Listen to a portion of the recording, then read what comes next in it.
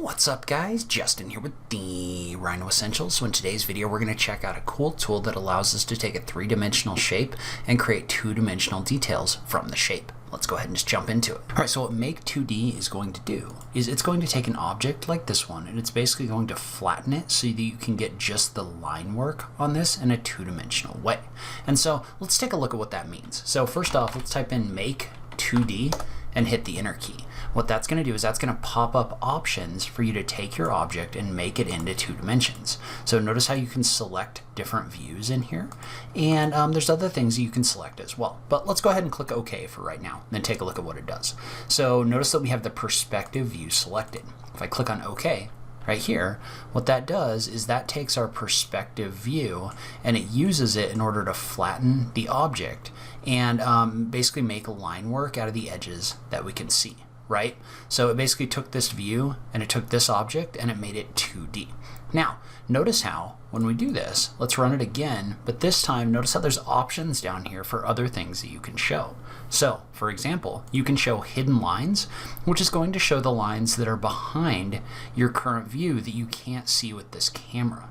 So there's other options in here as well, so things like tangent edges, which is going to show like details on some of your curves, as well as your scene silhouette, which is going to make your outside edges a little bit thicker. Notice how you can see what this does when you check or uncheck these right here. You can also set these to set this to put these on different layers and to group your output.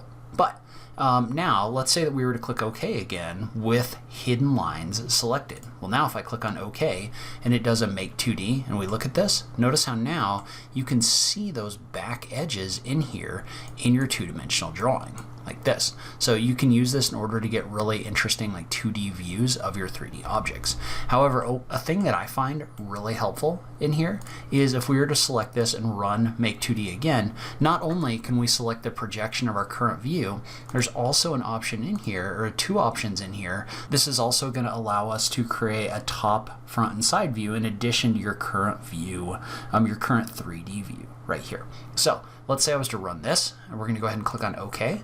Notice what this is going to do is this is going to come in here and it's going to create 4 different views. So we've got a top view right here, we've got a side view, and we've got a front view right here. So you can use this in order to really quickly create two-dimensional objects in here. One other thing to note about this is say that you wanted a different view for this object. So let's say I was to select it right here, and let's say I wanted a 2D view of the object from this viewport right here, this viewpoint, instead of from our typical perspective view. Well, what I could do is I could create a second view, right? So I could go down here, I could do a set view, and I could add a named view. So in this case, we'll go ahead and we'll create a new one. I'm just going to right click in here and click on the option for Save Current Viewport as a named view. But I'm going to set this as perspective for 2D and click on OK. So now, if we were to run MAKE2D again, so MAKE2D right here, notice how you can pick any of those views that you have in here. Notice how the view that you currently have active is going to be your perspective option right here. So for this one, I'm just going to click right here and click on OK.